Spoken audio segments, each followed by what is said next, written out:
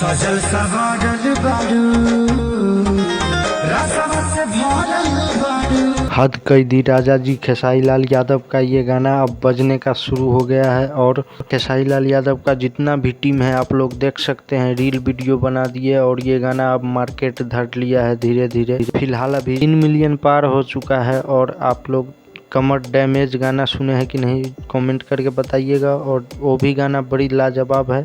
कल पटना में इवेंट भी हुआ था, उसमें भी वीडियो निकल गया है, इस चैनल पे डाले हूँ। अगर आप लोग नए हैं तो जा करके देखिए। चैनल सब्सक्राइब कर लीजिए, भोजपुरी का हर खबर आपको सबसे पहले मिलेगा इस चैनल में। 60-70 को ट्रक है और बालू का खदान है।